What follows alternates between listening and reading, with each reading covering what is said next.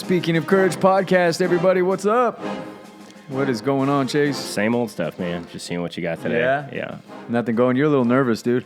Chase is a master prepper, so he does like a lot of research for shows and stuff. Well, we wanted to give him a break today, so we kind of went with listener questions and just kind of winging one today. Not sure what we're getting into. Showed up not knowing what we're going to do There's today, some questions from listeners about military movies. All right, fair just enough. Basic movie-style questions. Gotcha. Maybe, I don't know. I took a film class in San Francisco. Yeah. Did you really? No, I just... I was about to say, when did you fit that in? My wife went to school in San Francisco, and Yeah. I was visiting her, and they had a... she was going to a class on film studies or something, so I just walked in and sat down to see if they'd notice, and they didn't, and it was horrible. Was it bad? It was bad. Yeah. Really? Yeah, I was embarrassed for the instructor. How bad was San Francisco for you? I stayed in the dorm room the whole time because I wasn't a fan of going out and about. Yeah. I went out a little bit. Was that right when you got out of military? Yeah. Yeah. I loved San Francisco. I did a few tattoo conventions up there back in the day, right at the Cow Palace, right by the Fisherman's Wharf. Yeah. It's got a cool like nightlife, restaurant life type of deal. Yeah, my wife went there. I was gonna say did 4 years. She went to school for 4 years. I got her degree, so I went and visited her quite a bit her senior year there. But yeah. Not That's my cool, cup man. of tea. No? Yeah. It's not really a military town. No, dude. not so much. It used to be the military town. Did it? But yes. Yeah? Mm-hmm. Was it more so than San Francisco? I mean, than Long Beach? Yeah, it used to be San Francisco was the big Navy. Like my great uncle lived on Treasure Island out there, and all the guys would come into So port and everybody up everything. there would be military. That's weird. I wonder how... Back in the day. Yeah. Wait, Yeah. how... What, World War II? World War II, yeah. Yeah. Interesting, man.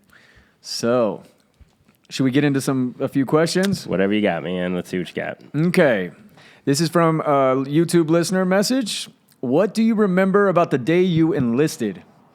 The day I actually left or the day I The day joined? you actually joined. Well, like I said, when I joined, it was a process because I did the delayed entry program with Kyle, like we talked about a little bit. So I had known I was going to enlist my whole life. So I actually, when I turned 17 or so, went down to the recruiters, told them what I wanted to do. So we went to MEPS the first time and then the second time. The day I actually left, I remember that pretty distinctly because I had my recruiters in Redlands and they were real... like almost like familial. They tried to take care of you. I knew him on a first name basis, had been getting to know him for months. But on the day I actually left, it was like, oh, go report to San Bernardino. And it was just some guy who was a air wing mechanic or something that drove me to LA. And he was just, I wasn't impressed with him. And I was it was already that kind of, what did I get myself into? Oh, so you were treated family. I was treated family. So you thought you were tight with these guys. Yeah, and they were, my recruiters, in my opinion, were good representation of the military. Yeah. I really liked Corporal Saylor and the sergeant, I can't remember my actual recruiter's name. She was a Motor T, I believe, but she was real squared away, real cool. And then this air wing guy, I remember walking into MEPS and he was holding something in his right hand, which you're not supposed to do. You're supposed to leave your right hand free, and then I don't remember why he had to salute the flag because either they played one of the tunes or something, but he had to shift his stuff over, and it just looked real sloppy. And as he was driving, he's like, well, what's your MOS going to be? I said infantry. He's like, oh man, I'd never do that. And I was just thinking, like, come on, man, you should be a better representation. So I remember that distinctly. Was there nerves? Were you nervous? Were you excited? I was excited to get started. I think was the biggest thing. You've been waiting for it for your whole life, kind of. Wanted to actually get going on it and get into, was afraid of basic training. So I wanted to get it started. The quicker you get started, the quicker you get it over with. Well, the same guy that asked that question was wondering, because he has a son, about what you would tell a youngster that is wanting to go into the military. I think the military... And what to expect, how to prepare yourself, stuff like that. I think the military is the best decision you can make, but it's not for everybody. Make sure you know what you're getting into. Do your research. But I think that the military is... One, like I said, highest obligation and privilege of citizenship is that of bearing arms for one's country. So I think it's a privilege. I think it's an honor. But it's good to get away from your hometown. It's your first, for a lot of people, it's your first real job, getting a real paycheck, getting money, learning how to save and do those Jumping in the things. fire, man. You're meeting people from all over the country, all different walks of life, whether you like it or not. You know? What about ROTC? What is that? That's for guys that are in college that want to become officers. Oh, okay. That's while you're in college, you're going to like your summer drills, and then you're taking your classes and you're learning things. So there's JROTC in high school. That's cool too. Yeah. Yeah. It's a good way to get into the pipeline. If you want to be an officer, it depends on what you want to do. If you want to be enlisted or an officer, but I would recommend it to anybody. And then the benefits are great after the fact. I don't care what anybody says. use the GI Bill to buy my house, you know, and you can get all kinds of stuff. So okay, another question. What were the reasons that you were obsessed and joined the military? Obsessed is a strong word. No, I'm just kidding. No, it isn't. And then how did you come about the Army? Like, what was your choice to join the Army? I've always been patriotic, and like I said, I believe that if you're capable and willing, you should be in the armed services. And by capable, that's partly mental. If you don't want to do it, if it's not something you want to do, you shouldn't do it. I don't think anyone should have to. I don't believe that there should be a draft. I don't believe any of the forced compulsive service. I think it should be an all-volunteer Army. But if you are willing, it's something that you should do. The Army over the other branches, I knew, again, through military history, you kind of gravitate towards one type of thing, you know. When I'm watching the movies, who are my heroes? When you're reading the stories, who are your heroes? So that, to me, it was the infantry. Like, some guys might watch and see the pilots and be like, oh, that's amazing. To me, it's the guy that's on the ground, that's in the mud, that's struggling, that's suffering, that's doing all those things. Those are my heroes. Yeah. So that limited it pretty quick. It's either going to be the Army or the Marine Corps. And I went back and forth. I used to have a watch with the Marine Corps thing when I was a kid. I wanted to be a Marine for a while. And then I kind of started doing more of my family history, and both my grandpas were in the Army, my dad was in the Army, so that kind of started leaning me towards the Army. Yeah. And then also in reading and seeing the veterans and stuff, I don't want to sound negative about the Marine Corps, but one of the things I noticed is, like, a lot of the Army guys, especially the World War II vets, you'd find out, oh, that guy was in the military. I never even knew. It was just like a humility and stuff, and it was kind of like an everyman. Yeah. You know, they went and they did their job, and they came home, and the Marines were always telling you they were Marines a little bit, and I was kind of turned me off to that because I don't like that boisterousness as much. I like the more humility, and I also this is sounding negative, but a lot of Marines, I feel like they consider themselves Marines first, and then Americans, or then whatever else, or or there's that I'm not a soldier, I'm a Marine. It's whereas the Army seemed to me more to be, we're here to serve our country. This is our job. You can call us whatever you want. It's we're the doers. And again, reading history and things. A lot of the dog face aspect of it, like the Ernie Pyle style, the poor downtrodden soldier that's just doing his job and just suffering and just doesn't care about the glory and things. It's just there. Yeah. That's what the Army meant to me. So that's kind of where I went with that. Cool, man. That's awesome. I like it. Can you describe a funny moment from boot camp? Boot camp was rough. That's from we call Christy. it basic training in the Army. Yeah. Funny moments offhand. Army humor is different than I'm trying to think of like a PG story, and I can't really think of. There was a lot of stuff where it was, I don't want to say surreal, but kind of like, what the hell this would be weird in any other situation. Yeah. Like, I think I've told you I got bit by a brown recluse spider. No. Yeah, I got bit by a brown recluse spider. I was stationed in Georgia, and if you don't know what that is, it's the very violin. Yeah, it's very, very I don't want to say toxic. Dangerous. Poison it. Yeah, you can. Venomous. You lose a lot of flesh from the bites. So I was laying up in the prone on a training. The guys were coming through, and we were doing like the laser tag, the miles gear, and I was up in my position for 5 or 6 hours or whatever, just laying there shooting at the guys, and then they come through, and then the next group would go, and the next group would go. If I had to pee, I'd have to like roll over, pee somewhere else, and then roll back because I couldn't be seen. So sometime during that time, a brown recluse spider got in my pants. And it bit me very high up on the thigh. Damn, did you feel it immediately? No, I didn't actually. Believe it or not, I didn't feel it. Went back, went to sleep. My leg hurt. Over the next couple of days, it got about as big as a grapefruit on my leg. And it looked like it had like a pus head on it. It was very painful. Every time I would take a step, it would just radiate pain through, and you kind of see like the black lines where the where the poison. Yeah, it's poison. Is that the right term? Venom or poison? It's not venom. I don't think it's venom. I think it's poison. Okay, could be wrong. Was going like into my veins, but I was afraid to like tell the drill sergeants, because you're like think you're gonna get in trouble for everything. It's not my fault, but we would. You take showers with everybody. So I remember like this is high up on my thigh. Very high up in the underwear line, basically. But we were in the showers, and I was like, "Can somebody come look at this?" So like, there was like 10 guys like looking at my leg, and we were all naked in the shower, and nobody thinks anything of it. And I remember after the fact going like, "That was really weird that nobody thought anything of it." You know. And then I had to finally show the drill sergeant. They're like, "What the hell is wrong with you? Go to the doctor." So they made me walk to the clinic. It was like a mile, so I had to walk with my brown recluse bite on the to the clinic. And when I got there, it was closed because I didn't realize it was Thanksgiving Day, and they were closed. So I had to walk a mile back, and then the next day they sent me to main post, and they cut it open and packed me with gauze and stuff. So. Oh, damn! So it was pretty advanced. Oh yeah, it was real bad. Yeah, I have a tattoo over it now, so can't really see that scar, which is good. Okay. Not really funny. Like I just, that's what I always think of was like the difference between the military and the civilian world was not thinking anything was weird, standing in the shower with a bunch of guys just staring at me and, like, oh, look at that. It's just different, I guess.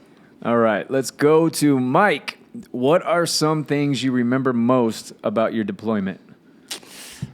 I remember a lot of things about my deployment.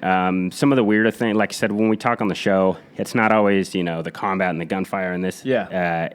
I remember being hungry a lot. I remember wishing I had snacks and food and not being able to call my parents. When we were over there, we didn't have access to phones a lot.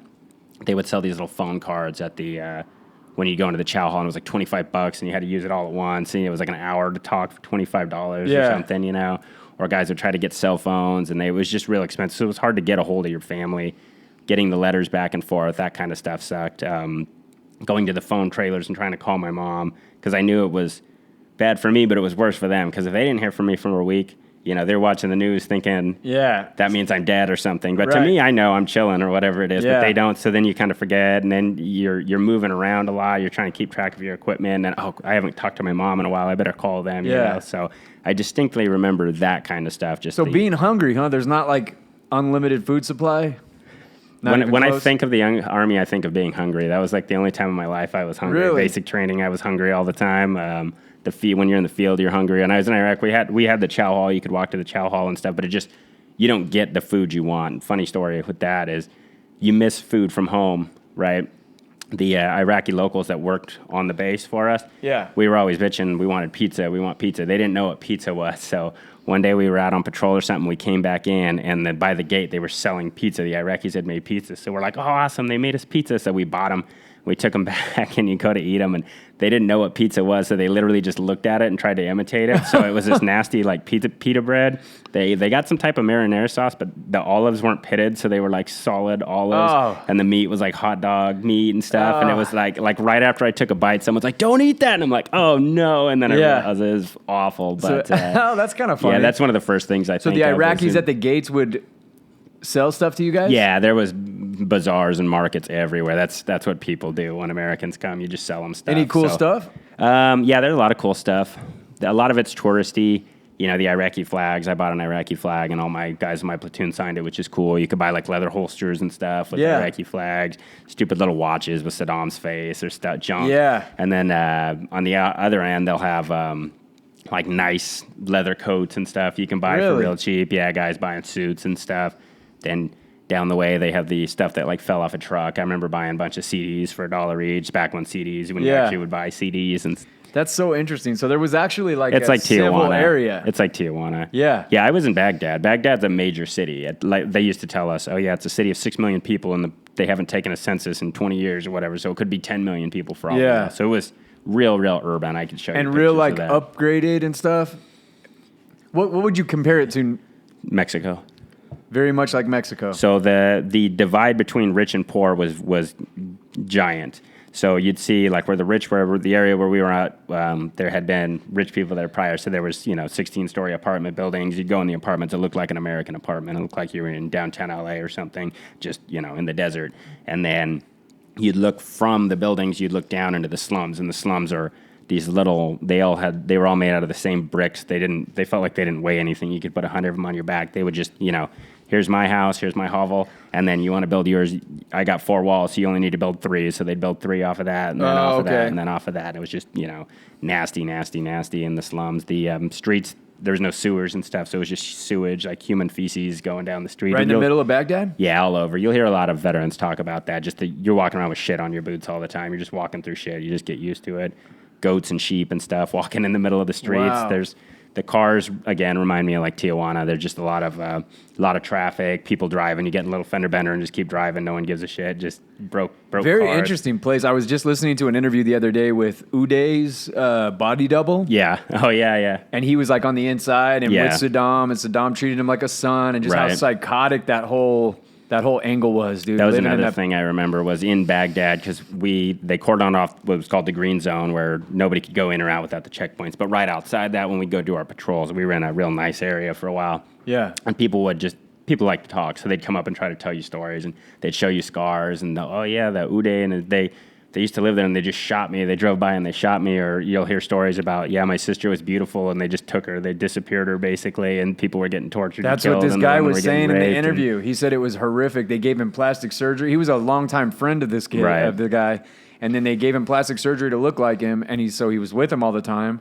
And he said that they did the most. He's like, actually said Saddam was a great guy to him. Yeah. And cool. Well, the other brother was really cool. Saddam was a horrible human being, but his sons outshined him in that manner. Yeah, by that sadistic side. Saddam, in my opinion, was like a mafioso tough guy that rose to power through brute force and toughness and, dirty politics. Yeah. He's a Middle Eastern strongman. His sons were psychopaths that were raised in the lap of luxury because of what their dad did, and they were just straight It sounded like it in this interview. Man, it was sketchy. We used to patrol Baghdad University. I always wanted to get a shirt that said Baghdad University. But, you'd hear the stories about that. They would just use that kind of as their playground, too. Really? I don't remember if it was Uday or Qusair. Can you imagine how, I think it was Uday was the bad one, according to this guy. And then supposedly, where we first lived, it was supposedly one of Uday's palaces. Because everybody in Iraq, I lived in Saddam's palace. It's because there's fucking palaces every 10 feet over there. But they had when you say palace, what do they look like? Like Aladdin palace? Aladdin, exactly. Really? Yeah, they have marble everywhere on the inside, the big spires and the minaret. Oh, you actually went in them? Yeah. The division made like their headquarters in there. So third Brigade's headquarters was the palace, and then we were in the offshoot. In Saddam's palace? This was one of Uday's. I'm telling you, they were all over. Really? So Iraq, you drive in the city when you're not in the slums and stuff. You'll just look off and you'll see huge palatial estates. And again, who knows who they were or what? And then you look at them from the outside and they look amazing. And then you drive closer and the Air Force JDAM bombs had destroyed half of the inside, so they'll be like off limits areas. But ours, when you'd walk to the chow hall and stuff, there was 2 lions. There was I think it was a male and a female lion. They were supposedly Uday's, and supposedly he would feed people and body parts to them. Again, I don't know if there's any truth to that. Man. But we'd watch them. They'd throw donkeys to them and stuff and let them eat. And then one day they just took them to the Baghdad Zoo, so they were gone. But I have pictures in front of the lions and stuff. So by the time you got there, was Uday and all them already gone? They were already dead, I remember watching that at firefight. Yeah. 101st Airborne just shooting rockets at the building. They fought to the death. Yeah, you got to give them that. Yeah, I remember the pictures that released. Yeah. Okay, here's another question from a listener. What music did you listen to while you were in combat? Grand Funk. No, I'm just kidding. We didn't listen to music in combat. While I was over there, when I in high school, me and Kyle and all those guys, we were real big into classic rock. Grand Funk Railroad is my band. But on the flip side, I love Chris Isaak, so I had my Chris Isaak CDs. I remember the Chris Isaak Christmas album. But my CD booklet was a lot of 90s country and a lot of classic rock type stuff. We did, when we moved into a shittier area and we started taking a lot more contact and getting firefights and stuff, the PSYOP Civil Affair guys, one time they did put on the speakers the Ride of the Valkyries, like, not Full Metal Jacket, Apocalypse Now. Yeah. Dun, dun, dun, dun. They actually would drive around doing that. So That's that pretty was cool. But in combat, you weren't listening to music. But while over there, a lot of the guys were just listening to heavy metal and stupid. Yeah. If you'd go into the gyms, every gym had Let the Bodies Hit the Floor over and over and over and over. But, so cliche, huh? Yeah, these were the days of burned CDs and those stupid booklets. Which one do you want to listen to? You listen Seems to all so archaic now. I know. Isn't that funny? Yeah. We're old now. Yeah, because it was 2004. Like I said, we didn't even have digital cameras and stuff when I was there. We had like the stupid disposables. I got a digital at the end. It was like this thick. Yeah. And it would hold like 30 pictures and stuff. Yeah. So speaking of movies, what is Chase's favorite military movie? Can't answer a favorite, but I have a lot of favorites. If you were going to an island for the rest of your life, which one do you take? I would just reenact movies. We Were Soldiers is one of my favorite movies because it's First Cav. That was my unit. Yeah. Black Hawk Down, I would say, is one of the most realistic depictions of modern combat if you're looking for that. But I like old movies. So yeah, you do. I like, John Wayne's The Alamo, which isn't historically accurate, but that's, to me, my kind of war movies, I guess. The most accurate movie of all time based on military service or I just watched The Outpost. That was pretty awesome. I know there's some that was good button counters or stitch counters, as we call them, that like to, that's the wrong type of rifle. That's right. But the feel of everything and from what I've read of those missions and those units over there, that's pretty freaking as good as you're going to get. Same thing with Black Hawk Down.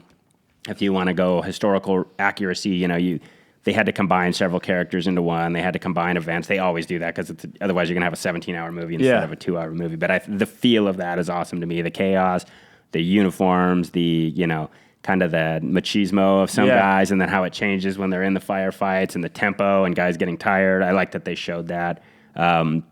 Platoon, some considered by some anti-war, but my favorite thing about Platoon, I think I've told you this before, is when the two new guys first get there, the main character, Chris, Charlie Sheen, and then the fatter guy, I don't remember his name, they show them sweating and miserable. Most war movies don't stop and show you that their feet hurt and that they're getting, because in the one scene they're getting bit by ants and stuff, and they're scratching their necks. It's always like CCR, and they're walking up, locking and loading.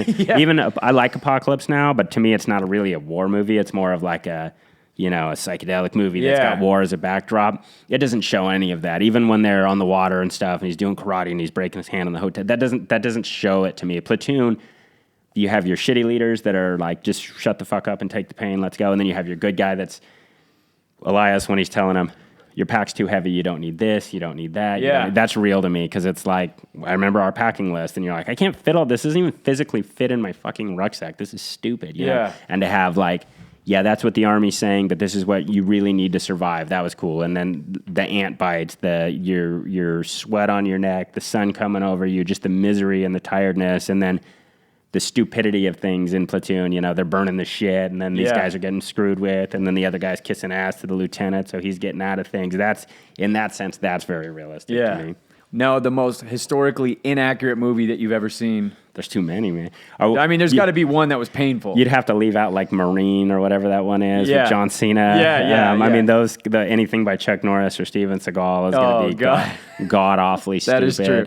I think it's there's a one called Battle of the Bulge that's real bad with equipment and stuff. Man, I wish I would have prepared for this, because there's a few that people think are good that I'm just like, that movie is just awful. Just awful. I'd have to look through a list of modern war movies. Okay, we'll eventually we're going to do an episode on your service sometime, but these are just little questions that people have that I wanted to get to that we've kind of collected over the last few months. Cool. Can you describe how you felt coming home from combat? We'll dive into these questions, obviously, during your episode, but maybe you can just kind of touch on that a little bit. Yeah, coming home was awesome. Coming home, I just did one deployment, so when you say combat, I'll just assume you mean the whole deployment, basically. But it's not like Vietnam, where your number's up and you get on the Freedom Bird and you go home, even though there's a little bit of mythology to that too. But with us, it was like we knew our end date. It's not like World War II where you're there till it's over. Right. We knew we were on a year deployment. Now, some guys, the guys we relieved and stuff, they got extended for 3 months. So there was that fear, and there's all those rumors at the end. The Army's fueled by rumors, and people just think it's funny to lie and stuff. Oh, we got extended. But you kind of knew when you were going home. So it was like a gradual downgrade. The last couple weeks, they took most of our ammo, and we weren't going on patrols anymore. So even though we were there 12 months, we weren't combat effective for 12 months. The last couple weeks, you're just up on tower guard. You have like one magazine each, so it's kind of a wind down. But you're loading up your gear. It's just kind of Did they do that to prepare you to get back home? Yeah, well, I mean, it's a huge logistical operation to bring a whole division home, so they have to start doing this stuff, and we're switching out gear. And we left our Bradleys behind, I believe, the equipment for somebody else to take. But I knew I was getting out soon, too, so it was kind of...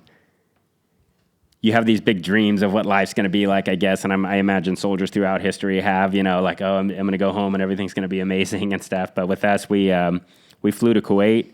And I remember we were on what was called a FOB, the Forward Operating Base in Baghdad. We were kind of out in Indian country, as they call it. We started in the green zone, which was real nice, peaceful, and then we moved out to this shittier, scary area that was kind of in the middle of just the city.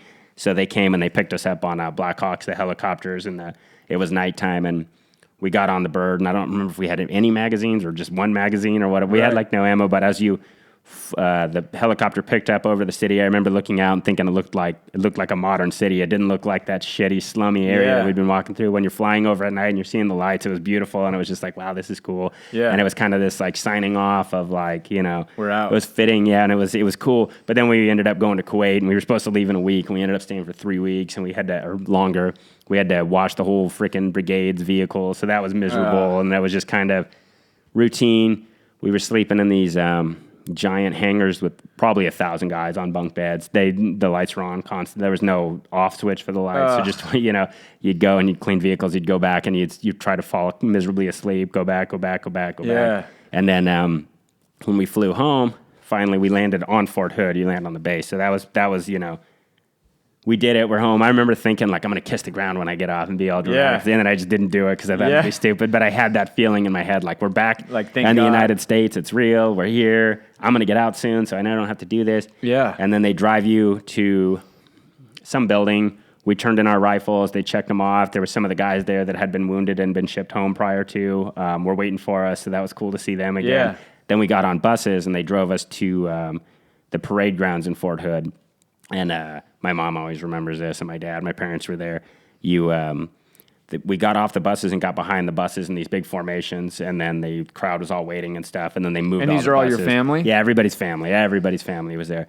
So they moved all the buses, and then we were standing there in formation, kind of like, what's that, home makeover, move that? Yeah, it's like that. yeah. So the parents and stuff, they see buses, and they don't see anything, and then the buses move, and it's our whole company. How many guys? It'd be like probably 200 guys. Yeah. And then we march forward, and then they, release you to your families, and everybody's crying and running up. That's got to be a cool feeling, huh? Yeah. I don't have kids. I didn't have kids, obviously, at the time. So it's my mom and dad. I haven't seen them for a while. You're hugging and kissing, and you're looking around, and you're seeing little kids wearing army uniforms and berets, hugging their dads, guys that haven't seen their families in a while. Yeah. So it's a real cool feeling. Right. It was pretty odd. The way they did it was awesome. Yeah. It was on Fort Hood. Gives the family some pride. And that's really cool, man. And I remember they were still like telling us stuff like, make sure you're putting. Nobody's listening at that point. Everybody's you're just like, I'm out. And then you just kind of walk off with your families. Well, you're not allowed to leave for 3 days until they kind of like psychologically evaluate. They give you some classes with just to make sure like if nobody's really fucked up and just walks off base and kills himself or gets drunk and gets killed or something. So they kind of, so as you kiss your family goodbye, you can still see them, but you had to kind of go to work until like 1 or noon or something. I don't remember what it was. And then you're released for the day. And then we got 2 weeks leave. Oh, that's cool. Man, so what are you thinking when you're coming back? It sounds like a lot of crappy food, a lot of starving, like you said. What are you looking forward to most when you get out? Just pizza. Yeah. And what pizza place? At the time, you did some generic. At the time, shit. I don't remember. You. I'm sure it was Little Caesars. I knew it. I think I have a picture of my mom like giving me pizza boxes from Little Caesars. It was Texas. What else was I? Yeah, that's true, man. But yeah. And the hotels were so full because that was the other thing. Everybody's flying You're trying to call, I'll be home this day, I'll be there, but you don't know. So your families are trying to book hotels. And it wasn't just our unit, it was a whole division. And like 55,000 people or something like that coming home, So all these hotels are booked. So my parents got a last minute hotel. I went and stayed at the hotel with them. It was this little Indian American run hotel, and they're like the only room we have doesn't have a door on it, so there was a shower. Oh, no way. A shower curtain for the door in our hotel. I remember that, funny. But I was sleeping on the floor. I was just happy to see my parents. Yeah. So. Was there anything you especially missed about civilian life from Lindsay? While I was in, that I being able to eat whenever I wanted. Yeah. Just one of the big things about being in the military is you don't have a lot of freedom. In a sense, you do. Like, I mean, when you're off, you're off. If it's the weekends, you go down to Austin and party. But every Monday in formation, you had to have a fresh haircut. You have to shave every day. You have to have your uniform pressed and clean. So it's very regimented in that sense, which is good. And I was all about it. I always had the fresh haircut and clean shave. But it's kind of keeps you in order. It keeps it can be depressing sometimes, and it's just kind of. I remember coming back from leave sometimes and laying in my barracks and looking at the walls, and they were brick walls and my shitty gear everywhere, and just being like, man, this sucks. You don't have. Where am I going to be in a month? I don't know. I can't plan. Like nothing to look forward to. Yeah, nothing to look forward to, and you can't plan anything because the tempo of the deployments and the tempo of getting ready for war, it was like, hey, Mom, I'll be home. I can come home this weekend, and then they'd be like, a couple weeks later, hey guys, we're going to train in Louisiana for a month. Damn it. Okay, I'll come home next month. Never mind, guys, we're going to Fort Irwin for a month. It was just constant. So you never had anything. If you did look forward to something, you couldn't plan 6 months out. You got disappointed. Exactly, and it was just they could tell you what you're doing, where you're going. And the Army's not 8 to 5 or 9 to. I mean, I guess if you have certain jobs, it might be, but in the infantry, it was literally like, what are we doing today? Nothing. Okay, go sweep the motor pool, but it's already clean, so you just sweep all day and stuff. Wow. And then it's like next week you're in the field, so you go to the field, you march out on a Monday, and then you're sleeping there till Friday. You're just doing drills and stuff, and then you come back, and then it's like, oh, you got back at 2 a.m. Well, we can't get off until our equipment's clean, so you're cleaning your rifles for 6 hours. Just obnoxious and stuff. stuff. It's just stupid. And final formation's we're gonna get off early today, 4:00 or 1600, and then 1600 comes around, and everybody's just sitting there looking at each other. Where the fuck's the first sergeant? Oh, he's at Popeyes. That was always our joke because he. So then it'd be 6:00 and 7:00, and everybody's just getting pissed, and In the Army, if you're sitting there long enough, you just start fighting each other. It's just what you do. You just grab someone and start rolling around in the grass and stuff, and then everybody, gets hyped up and jumps on you. And then there'll finally be formation, and it's like, it's about fucking time. Go to sleep, wake up, do it again, because you got to do PT every morning at 6:30. Sounds so tedious. I think 6:30 was PT, so you got to be out there, and then somebody screws up. Oh, somebody in first platoon got a DUI, so you're all fucked, and you're going to be sweeping. Like, what? And our first sergeant major was a piece of fucking trash. I can't stand that guy to this day. He would just misery punishment for you for no reason. Just go mow the grass with scissors. So no way. Not joking. That's a real story? Yeah, and screwdrivers in the where the concrete breaks are to get all the stuff out all the way around. Are you serious? Our barracks were condemned by military stand. Like, we shouldn't have even been living in there, but we were responsible for keeping them clean. So I'm off on a tangent. No, it's all good. I remember getting out of basic training and thinking, I'm going to go to my barracks. I'm going to have a room. I'm going to have this. I'm going to have that. I'm going to be respected now and shit. And it was me and another guy. We got to the unit. And the unit didn't even know we were coming. So we get there and we report to the first sergeant. We're standing at parade rest. We're all, and he's like, who are you guys? And we're like, first sergeant, we're reporting to the unit. And he's like, oh, I don't have anywhere to put you. Go sleep in that room or whatever. So most of the barracks were 2 guys do a room. There was this one room with 6 guys in it because they were all the shitbags that were getting kicked out. They were getting processed out. So they threw us in there, which was a horrible command decision because why would you put us around those people? Yeah. But those fucking guys, they didn't have anything to do because they're getting kicked out. So it's 2 a.m. and they're up playing PlayStation and stuff. And I'm trying to shine my boots in the corner because I got to have my first formation of the Army tomorrow and I want to look good and stuff, So then I'm like, I went to go to there's laundry machines. I went to the washing machine to try to throw a load in because I hadn't been able to wash my civilian clothes since the basic training. They throw them in a bag at the beginning and then you get them so I got to throw them in, and all the knobs had been ripped off the washing machines and stuff. So I was almost in tears, like calling my dad. I was like, I don't even know what to do. So I had to take my Gerber and clamp it around and like crank the machines on and stuff and then go. I remember the guy's name. He was a fucking moron. His name started with an S. He branded an S into his arm. Just an idiot guy like that. He'd sleep under the bed. He's getting the guy that was getting kicked out. Seriously. He sleeps under his bed? He was trying to convince... Private pile? He was trying to pretend he was... Well, it worked. We had what's called CQ, which is... There's so much Army bullshit. CQ, charge of quarters. It's a 24-hour shift. Why would you do that? Yes. So it's a NCO, which is a sergeant and an enlisted guy. It's a 24-hour shift. So if you look at the calendar, fuck, I got CQ. I got it on a Monday or whatever. So that means while everybody else is out doing whatever, you're just on the desk. So you start at 7 a.m. and you're there until 7 a.m. the next day. You just sit at that desk. Everyone that comes in, you answer the phone, which is fine for 8 hours. Then everybody else goes home and you're still there. Then it's 2 a.m. and you're sitting there.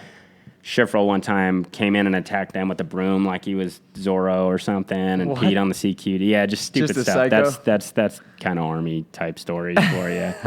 But yeah, I forgot about CQ and 24-hour shifts. Good God, those were stupid.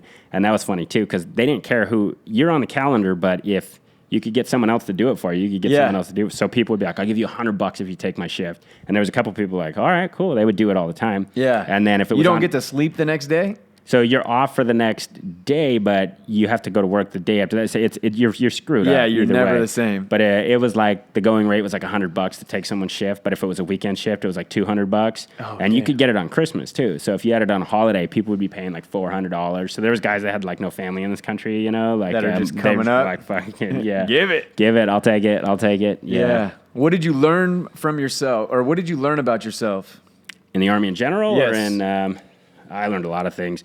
Like I said, the biggest thing I always tell people that I learned in basic training was how weak I was and how much quit I have in me. And I don't mean that as like, oh, I'm a giant pussy.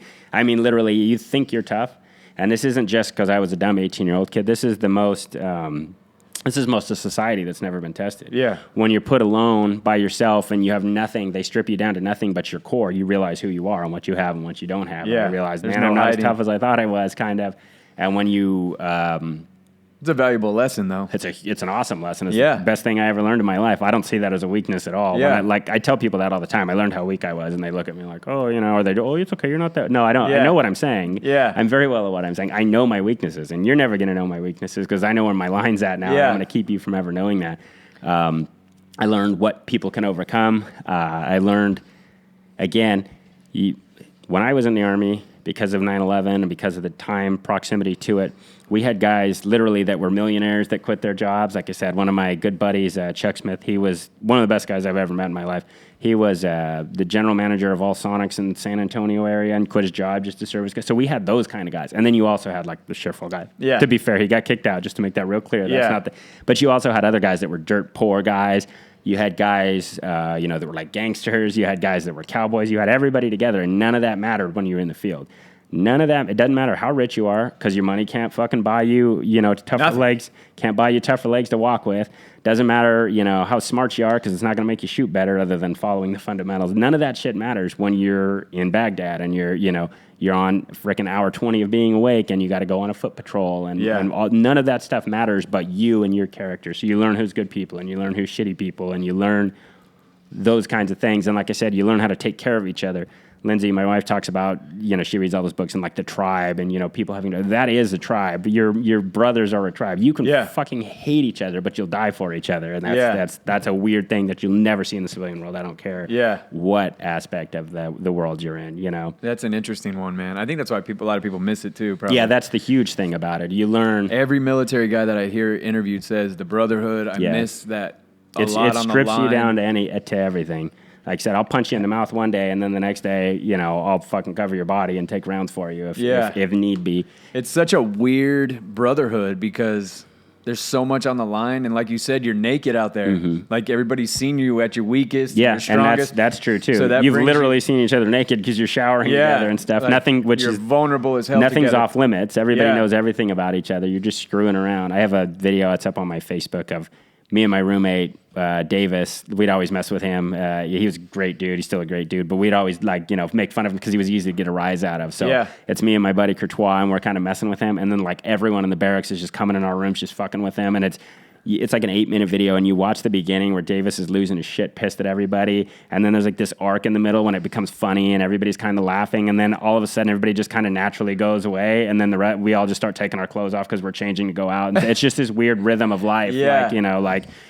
You're a piece of shit, we're going to fuck with you. Oh, no, you're not. We're just kidding. We love you. Hey, let's go get some food. Okay, cool. And it's just all encapsulated. An hour ago, you were like, damn, they hate each other. Right. And if somebody else saw that, that's what it would look like. And there's that evener. A lot of units have boxing matches and stuff, you can call anybody out on that, it doesn't matter what rank you are for that boxing match. So you got to kind of learn that line. There's a lot of memes online and stuff, you being that comfortable with getting in someone's face means you haven't been punched in the mouth enough. There's some truth to that. In my unit, it wasn't that much like that, but you would just wrestle each other, or they'd call I'm going to roll your ass up or whatever. Never really saw guys punch each other in the face, but like I said, when you're sitting around, if somebody would talk shit too long, because you'd all just kind of be sitting there with your backs against the wall, somebody would walk up and be like, get up then, get up, and they'd just kind of scrap, and it'd be like, oh, get him, and then it was over, and it was not a big deal. Yeah. And then you're cool. And then whether you win or lost, it didn't matter, because that guy is not going to run his mouth without the knowledge that somebody else might wrap his ass up and roll his ass up, So, we still talked shit, we still fought, but it kept the bigger stuff from boiling over because it was just at the small level, Wow. And like I said, they did do the boxing a couple times, I remember that, but that wasn't big in our unit. But I know other units, they'll do that, where it's just, all right, on Fridays or whatever, or once a month, you can call anybody out you want, and they put up or shut up, basically. So you get into the military, you go over to Iraq, right? Yeah. What is it like to get shot at? It depends on the situation, I guess. I don't want to act like I was in a crazy amount of combat. You were in some shit, dude. I was in more than a civilian was. But there's different dynamics to being shot at.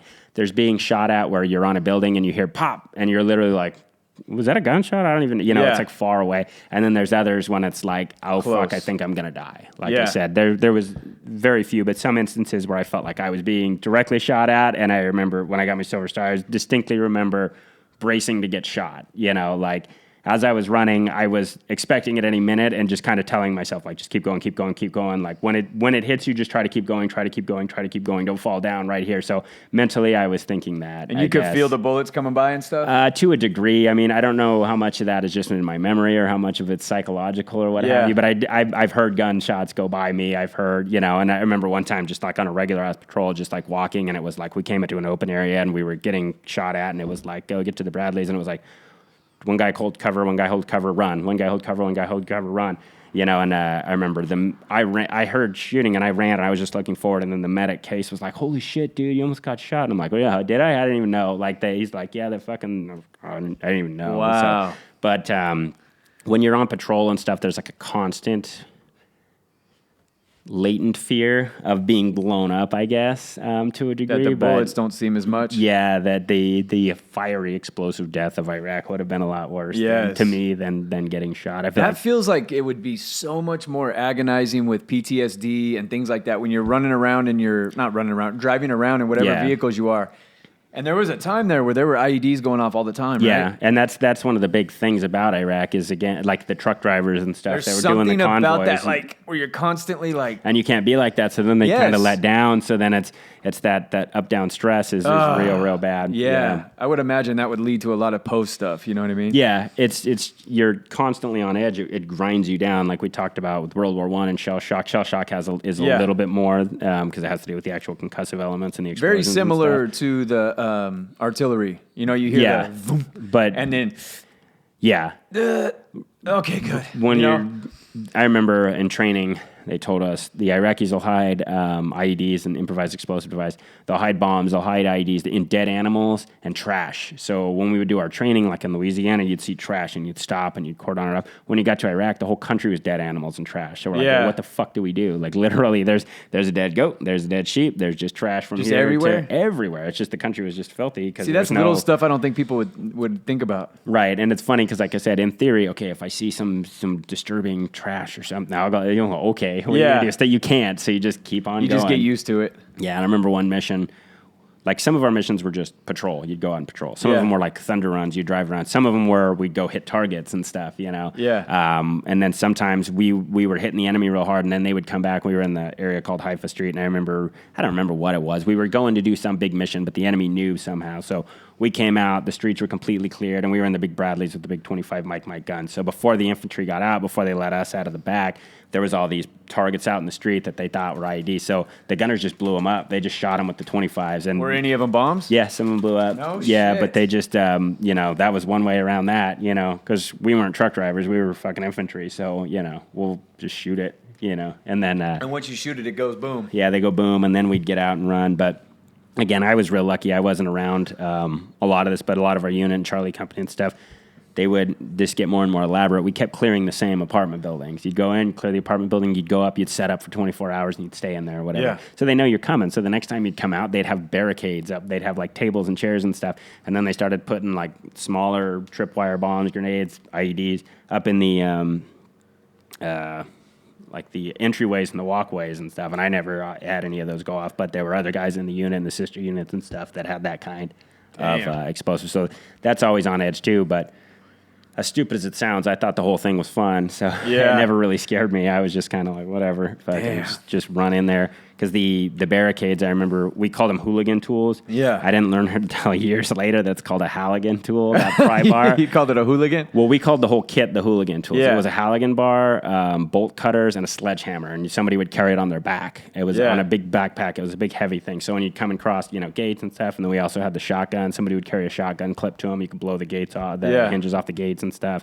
But remember, they put all these glass tables and stuff in front of it. So this isn't going to take us long. Somebody just wheeled that pickaxe sledgehammer back and just let it go, and it went broke through all the glass, and then we just crawled through and opened the door and ran in. And so it was just little stuff like that. Yeah, sometimes it was fun, man. Yeah. Last question. You spent your whole childhood into this military stuff that you're into, right? Yeah. You've always collected. You've loved the stories. I haven't always collected, per se. But you've always loved the stories of valor. You've got Medal of Honor people all over your walls, right? You earned the Silver Star. Because you're probably one of the few soldiers that really knows what that means, right? I mean, I'm sure a lot of soldiers know what it is. Yeah. But you really know like the history of it. Yeah. You got to be like so stoked. But what does it feel like when you find out you're receiving the Silver Star? What does it feel like to you when they're pinning it on you? Yeah, that was kind of a long process too. Yeah. So there was some back and forth. I think I've told you about it. I don't want to go into the politics too much of it, but I didn't get awarded the Silver Star right away. I was kind of didn't get anything. Yeah. Until months later, there was kind of like a stir. So after the incident happened, I remember the lieutenant interviewing us, Lieutenant Dials, who again is an awesome dude. Yeah. I had a lot of great dudes in my unit, and Lieutenant Dials was one of them because actually all of our lieutenants were awesome. When you hear people talk about officers being shitty, all first platoons was awesome, third platoons was awesome, and ours was awesome. But Lieutenant Dials was totally different than the other lieutenants because he was kind of like punk rock, He was just to push the edge a little bit, but I love that guy. But I remember him coming in interviewing me, what happened, and he was writing a statement. And I thought it was because the Bradley had blown up, because previous to that, a certain squad leader was doing like donuts in the Humvee and broke the axle one time, and a different time. So every time we broke a major piece of equipment, they would make us do sworn statements. So I literally thought that's all it was. I didn't know he was interviewing people to try to get me an award, basically, right? So he interviewed me. I gave him my statement. He interviewed a couple other people, gave them their statements, and then somebody mentioned to me like, "Hey, they were asking about you," and then it was the first time I was like, "Oh, maybe they're gonna give me something." I distinctly remember going to sleep that night and thinking like, "Wow, wouldn't it be cool if I got an Army Commendation Medal, which is fairly low, And like I could go home and tell my dad about it." And I thought that'd be so cool. And then just kind of weeks went by and nothing happened, and then a different lieutenant in a different platoon. One time we were turning in serial numbers to him or something, and I said, "My name is," I said, "I'm Specialist Ash, sir." And he goes, "I know who you are. You're a hero." And I was like, "Oh shit, I didn't even know." He said that? Yeah, because he's a badass too. Lieutenant Morris. He was in one of the. What did that feel like? It was just kind of shocked me, so I walked away, and I was like, "Oh, that's fucking cool." He actually, nothing happened. I thought maybe I'll get an Army Commendation Medal. We go to redeploy home and nothing. So then I was like, I'm getting out of the Army anyways. I guess I just won't get anything. Yeah. So rumors started going back and forth. There were some people that were a little disgruntled that felt that I was getting shafted because I was a lower enlisted guy. Yeah. So there was that going on. I was getting ready to get out anyway. So we had a division ball coming up, and I asked the lieutenant, I said, "Hey, like, I'm not trying to say anything, but am I going to get anything or not? Because I would just like to know before I get out of the Army." And then he's like, we're working on it, basically. So then just one random formation one morning after PT, you could do the company formation, then they bring it in. And before he broke, he said, I'd like to shake the hand of the Army's newest Silver Star recipient. He shook my hand. I'm like, oh, shit. So then that was like, oh, my God. What did that feel like? It's like winning this. What's going through your head? Winning the World Series, I guess. Yeah. But I mean, immediately, it's on our show, we like to talk about these Medal of Honors to make people realize how big of a deal it is. But with me, it's like, I definitely, by my actions, don't feel like they warranted anything near a Silver Star. So it's like, I don't want to downplay things because I feel like it disrespects the Silver Star, but I definitely didn't deserve a Silver Star. So it was this kind of guilty feeling Why do you say that? Well, I guess we'll get into your action. Knowing other people's stuff. But it's just, like I said, it'd be like winning the World Series or winning, if you're a tattoo artist, winning one of those big you probably shows never and stuff. feel. So it was just fucking awesome. And then I think it's really cool because you're one of the guys that knows, really is into. It meant a lot to me, and that was cool too because the flip side of that, they're like, they're going to award it to you in like a week or something. So I was like, shit. So I got to call my parents, try to get them out there. There's no way they're going to get out there in time. But my parents, who they are, they're like, we'll be there. So they came on out. But had I got it in Iraq, pinned on me like most of the guys, it would have been a small ceremony. But because it was home and it was after, it was super cool. It was me and another guy, Sergeant Prater from Charlie Company. He got his for a different action. So we both got our Silver Stars. So they had Alpha Company and Charlie Company, the whole companies were there. Damn. General Shirelli, they commanded the whole 1st Cavalry Division, came up. He read our citations, and when they're reading the citations, you're like, oh, that sounds a lot cooler than I thought it did. Yeah. You know what I mean? And my parents are there in the front row, so it was super awesome. And then Sergeant Prater, he actually redeployed and went back the second time, and he was killed in action. So Man. I remember standing next to him. I have pictures with him, and and again, after I got mine pinned on, it was my mom and dad come out. I gave him a hug and kiss. It was him and his little kids came out and hugged him and stuff. So then, hearing he died later in the service in this country is pretty shitty. But so that's I kind of tie it to that too. It's like makes that a little shitty too. Yeah, but no, it was an awesome feeling. It's awesome to be, I guess, counted amongst those other people that have Silver Stars. It's like your dream. Yeah.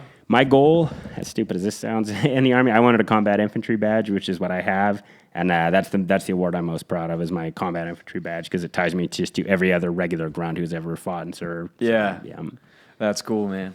Well, A lot of cool questions. Thank you guys for submitting today? questions. That's it for today. The interrogation's over. Yeah, so maybe we could do this like once a month or something on the show. Bad. So you guys have any questions for Chase regarding military, whatever you guys want to ask us. I collect. Yeah, collecting any memorabilia, stuff like that. Hit us in the comment section or message. A lot of people just message the YouTube channel, so feel free. Don't be shy. We'll give you a big shout out. And we'll be back next week. You got anything? Thanks for listening, guys. All right, we'll see you next week.